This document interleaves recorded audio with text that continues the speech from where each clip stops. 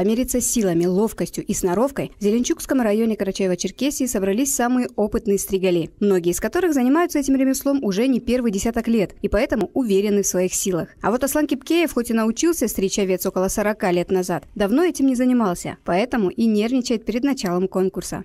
Я научился в 1984 году. В 1985 году стал областным чемпионом. Хочу попробовать стрижку, как получится. В конкурсе с тех пор 37 лет прошло, не стриг. Не знаю, как получится.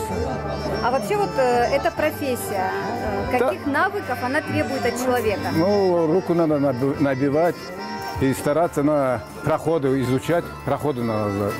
48 проходов в оренбургском методе.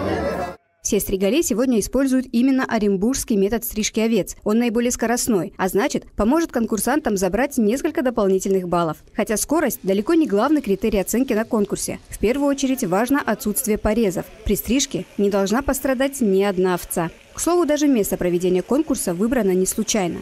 Мероприятие, которое посвящается к столетию Карачаево-Черкесии, утвержденная главой республики Рашидом Борисовичем Тимирязевым, именно в Зеленчукском районе, не зря, поэтому Зеленчукский район у нас всегда славился овцеводством, тружениками, бережным отношением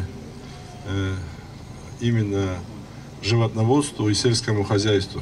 Хоть конкурс и является для нашей республики традиционным, в нынешнем году он особенный, так как приурочен к столетию Карачаево-Черкесии. На сегодняшний день Карачаево-Черкесия занимает одну из лидирующих позиций именно в овцеводстве Российской Федерации. У нас 7 племенных хозяйств, более 130 тысяч племенных овец на сегодняшний день. По поручению Рашида Борисовича мы уже разработали стратегию разведения овцеводства.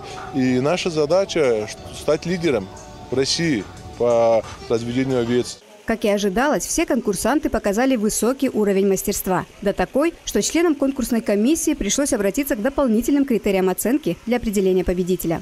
Тех, которых по качеству мы оценивали, их было 2. Ну, по 49 баллов из 50 возможных они оба набрали. И нам пришлось уже дополнительные какие-то критерии применять для того, чтобы выявить первое место. Но благодаря тому, что он 5 голов остриг за 12 минут, он и стал заслуженно чемпионом. Самым быстрым и искусным стригалем овец стал уроженец аула Красный Октябрь Ахмат Баташев. Все призеры конкурса получили кубки и ценные призы. Раймеш Шен, Мурат Кимрюгов, Архыз, 24.